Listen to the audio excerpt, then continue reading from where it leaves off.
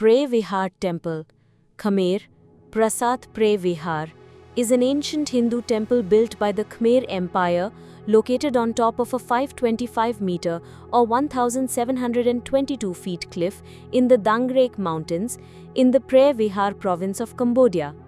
As a key edifice of the empire's spiritual life, Preah Vihear temple was supported and modified by successive kings and thus bears elements of several architectural styles. It is unusual among Khmer temples in being constructed along a long north-south axis rather than having the conventional rectangular plan with orientation towards the east. The temple gives its name to Preah Vihear province in which it is located. In 1962, after a lengthy dispute between Cambodia and Thailand over ownership, the International Court of Justice in The Hague ruled that the temple is in Cambodia. On 7 July 2008, Preah Vihear was listed as a UNESCO World Heritage Site. This prompted an escalation in the dispute between Cambodia and Thailand over the temple, which was settled in favor of Cambodia by another ICJ ruling in 2011. The temple was built at the top of Poi Tati, a steep cliff in the Dangrek mountain range that is the natural border between Cambodia and Thailand. The site is listed by Cambodia as being in Zavai Trum village, Kam Tot commune, in Chom Kya Sant district of Preah Vihear province. It is 140 kilometers from Angkor Wat and 418 kilometers from Phnom Penh. The temple was listed by Thailand as being in Bung Suro village of Bung Malu subdistrict, now merged with Sao Thong Thai subdistrict in Kanthar Lak district of Sisaket province. It is 110 kilometers from the Myung Sisaket district in the center of Sisaket province. In 1962, the ICJ ruled that only the temple building belonged to Cambodia, while the direct way to access it was from Thailand. As of 2015, the only access is from Cambodia. The temple complex runs 800 meters, 2,600 feet, along a north-south axis, facing the plains to the north, from which it is cut off by the international border. It consists of a causeway and steps rising up the hill towards the sanctuary, which sits on the cliff top at the southern end of the complex, 120 meters or 390 feet above the northern end of the complex, 525 meters or 1,722 feet above the Cambodian plain, and 625 meters or 2,051 feet above sea level. Although this structure is very different from the temple mountains found at Angkor, it serves the same purpose as a stylized representation of Mount Meru. The approach to the sanctuary is punctuated by 5 gopuras. These are conventionally numbered from the sanctuary outward, so Gopura 5 is the first to be reached by visitors. Each of the gopuras before the courtyards is reached by a set of steps, and so marks a change in height. The gopuras also block a visitor's view of the next part of the temple until they pass through the gateway, making it impossible to see the complex as a whole from any one point. The 5th gopura, in the Khmer style, retains traces of the red paint with which it was once decorated, although the tiled roof has now disappeared.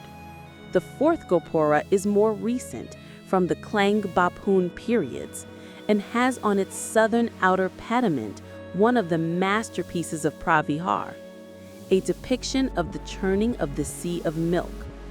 The 3rd is the largest and is also flanked by 2 halls.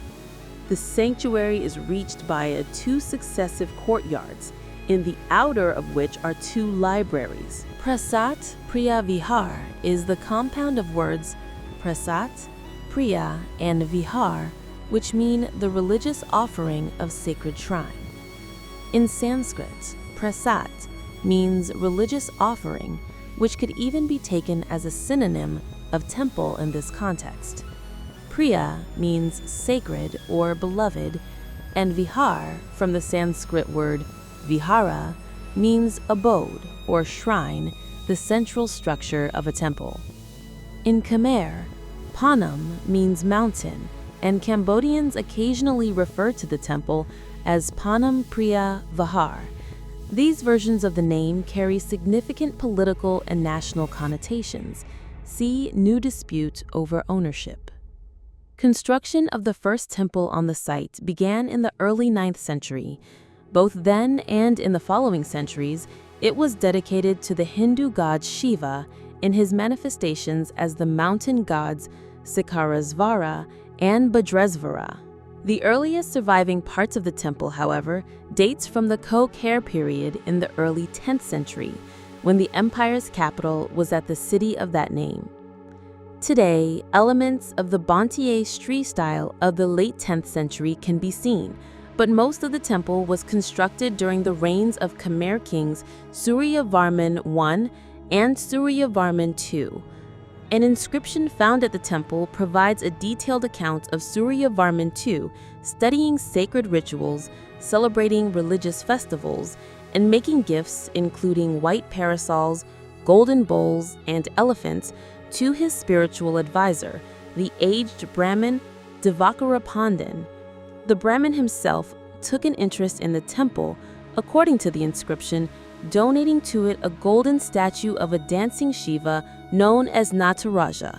In the wake of the decline of Hinduism in the region, the site was converted to use by Buddhists. In modern times, Preah Vihear was rediscovered and became subject of a dispute between Thailand and the newly independent Cambodia.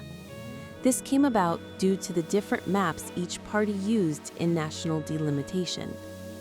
In 1904, Siam and the French colonial authorities ruling Cambodia formed a joint commission to demarcate their mutual border to largely follow the watershed line of the Dangrek mountain range, which placed nearly all of the Preah Vihear temple on Thailand's side.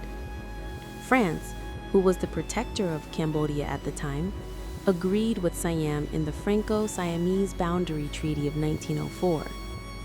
The Mixed Commission was set up in 1905, and it was to carry out delimitation between Siam and Cambodia.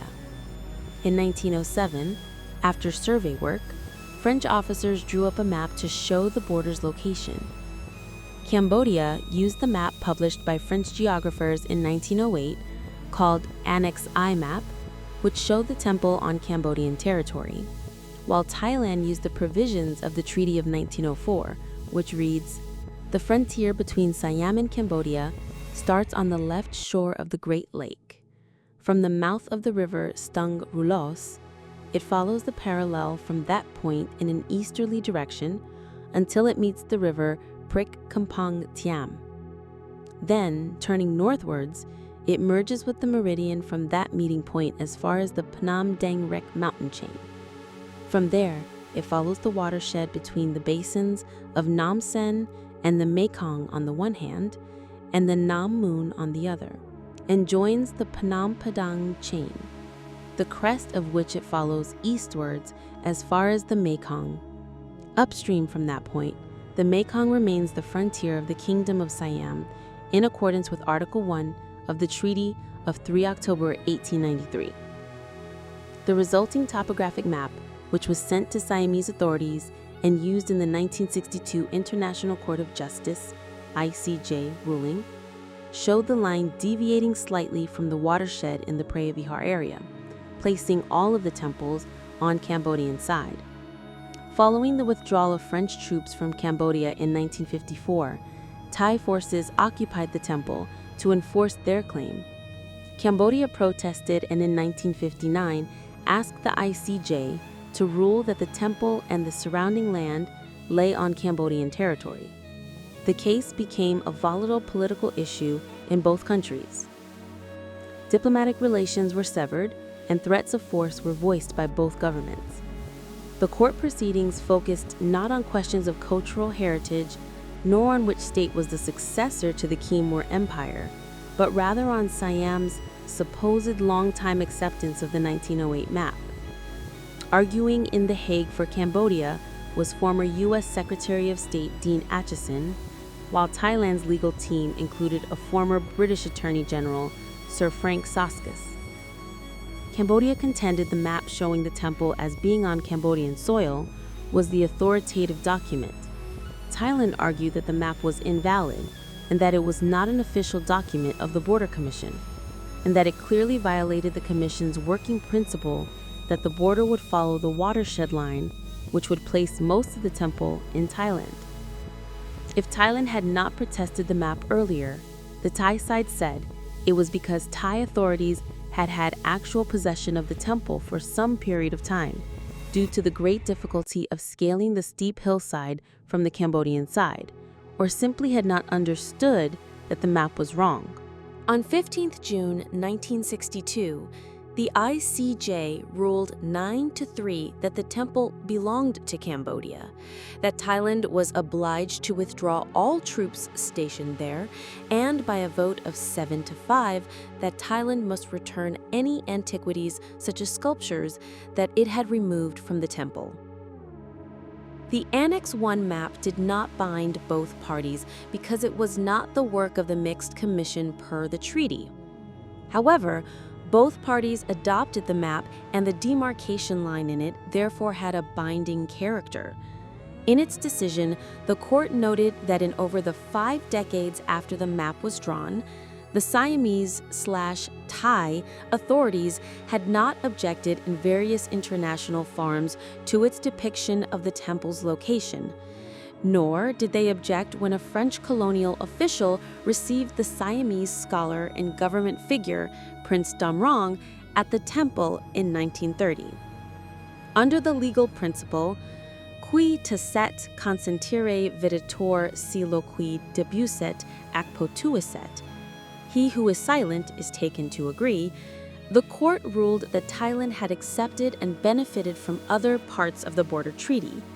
With these and other acts, it said, Thailand had accepted the map, and therefore Cambodia was the owner of the temple. On 12 June 1979, the government of General Kringsek Jumanon, who had come to power in Thailand by a military coup, informed foreign embassies in Bangkok that it was going to expel a large number of Cambodian refugees. He would allow the governments of the United States, France, and Australia to select 1,200 refugees to resettle in their countries.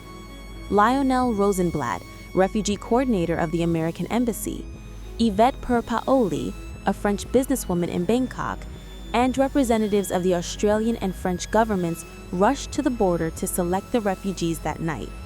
In 3 frantic hours, the foreigners picked out 1,200 refugees for resettlement from among the thousands being held by Thai soldiers behind barbed wire in the Buddhist temple of Wat Go, which is Wat Chinat Chai Sri, in the town of Arayapratet, and loaded them on buses to go to Bangkok.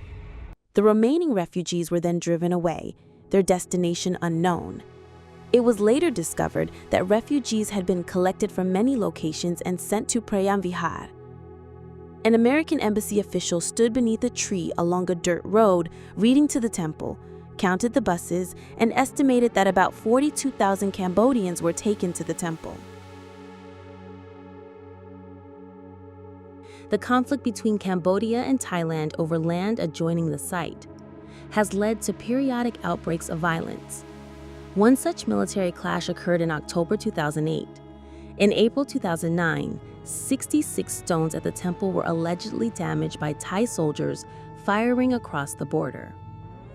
In February 2010, the Cambodian government filed a formal letter of complaint with Google Maps for depicting the natural watershed as the international border instead of the lines shown on the 1907 French map used by the International Court of Justice in 1962. In February 2011, when Thai officials were in Cambodia negotiating the dispute, Thai and Cambodian troops clashed, resulting in injuries and deaths on both sides. Artillery bombardment in the area occurred during the conflict. The Cambodian government has claimed that damage occurred to the temple. However, a UNESCO mission to the site to determine the extent of the damage indicated that the destruction was a result of both Cambodian and Thai gunfire. Starting on 4 February 2011, both sides used artillery against each other, and both blamed the other for initiating the violence. On 5 February, in a formal letter to the UN, Cambodia complained that the recent Thai military actions violate the 1991 Paris Peace Accord, UN Charter, and a 1962 judgment from the International Court of Justice. On 6 February, the Cambodian government claimed that the temple had been damaged. Cambodia's military commander said, "A wing of our Preah Vihear temple has collapsed as a direct result of the Thai artillery bombardment." However, Thai sources spoke only of minor damage, claiming that Cambodian soldiers had fired from within the temple. ASEAN, to which both states belong, offered to mediate the issue. However, Thailand insisted that bilateral discussions could better solve the issue. On 5 February, the right-wing People's Alliance for Democracy called for the resignation of Prime Minister Abhisit Vejjajiva for failing to defend the nation's sovereignty. A UNESCO World Heritage Convention held in Paris in June 2011 agreed to accept Cambodia's management proposal for the temple. As a consequence, Thailand withdrew from the event, with the Thai representative explaining, "We withdraw to say we do not accept any decision from this meeting." Following the February 2011 request from Cambodia for Thai military forces to be ordered out of the area, judges at the ICJ, by a vote of 11 to 5, ordered that both countries immediately withdraw their military forces and further impose restrictions on their police forces. The court said this order would not prejudice any final ruling on where the border in the area between Thailand and Cambodia should fall. Abhisit Vejjajiva said that Thai soldiers would not pull out from the disputed area until the military of both countries agree on the mutual withdrawal. "It depends on the two sides to come together and talk," he said, suggesting that an existing joint border committee would be the appropriate place to plan a coordinated pullback. The ICJ ruled on 11 November 2013 that the land adjacent to the temple on the east and west, south being previously agreed as Cambodian, north as Thai, belongs to Cambodia, and that any Thai security forces still in that area should leave. Planeta grants. Large stairways and a long pillared causeway lead to the gopura of the first 3 levels of the mountain. There are Naga balustrades between the 3rd, 4th, and the top level. There, the galleries and colonnades define areas for religious ceremonies and rituals performed in and around the main shrine containing the linga. Materials. The gray and yellow sandstone used for the construction of Preah Vihear was available locally. Wood was extensively used to construct a support for the roof, which was covered in terracotta tiles. Bricks, despite their small size, were used instead of large rock slabs to construct the corbelled arches. Bricks were easier to use when building corbelled roofs as they bound together with mortar and were more compact and solid than stone slabs. The sandstone blocks used for the construction of the main tower are exceptionally large, weighing no less than 5 tons. Several include holes used for lifting. Inscription. Several inscriptions have been found at Preah Vihear, the most interesting of which are summarized here. K383, known as the Stele of Preah Vihear or the Stele of the Divakara. This inscription was written in Sanskrit and Khmer, probably between 1119 and 1121 CE. It narrates by order of Suryavarman II the life of the royal guru Divakara and how he served under 5 Khmer kings, Udaya Diyapvarman II, Harshavarman III, Jayavarman III, Dhiraniyanjabraman I, and Suryavarman I, who entrusted him with many gifts, both for himself and to be donated on their behalf to temples. Between the 1st and 2nd decade of the 12th century, Divakara was asked by Suryavarman I to go on a pilgrimage to the temples to offer gifts, preside over ritual sacrifices, and carry out improvements and repair works. At Preah Vihear Temple, Divakara offered precious objects to Shikareswara, the main god of the temple, such as a statue, probably of gold, of the dancing Shiva. He added a gold dais inlaid with precious stones, covered the temple floor with bronze plaques, and decorated the walls with plates of precious metal. He ordered that the towers, courts, and main entrance be redecorated annually. He also distributed payments to all those who worked at the temple. This inscription is engraved on a stele found inside the mandapa. K380. This inscription appears on both sides of the southern door of the Gopura of the 4th level. Written in Sanskrit and Khmer, probably between 1038 and 1049 CE, it contains important history about Preah Vihear Temple. It narrates the story of a local personage, Sukaparman, who carried out the duties of recorder in the sanctuary and keeper of archives of the kingdom. It also tells of a royal decree requiring certain people to swear an oath of allegiance to Shikaresvara. K381. This inscription was sculpted on the southern doorjamb of the Eastern Palace's portico, on the 3rd level. Written in Sanskrit and Khmer during 1024, it narrates the story of Tapas Vindra Pandita, head of a hermitage who was asked to dispose of presentation in favor of Shikaresvara. K382. This inscription was carved on a pillar and was found badly damaged in front of the central sanctuary, and later taken to the Bangkok National Museum. Inscribed in 1047, it refers to Suryavarman I, who commissioned the inscription, but contains little information that is important to Preah Vihear Temple. Mountain Stairway. When visitors pass the modern entrance gate, they are faced with a steep stairway consisting of 163 steps made of large stone slabs, many of which are cut directly into the rock surface. The stairway is 8 meters wide and 78.5 meters long.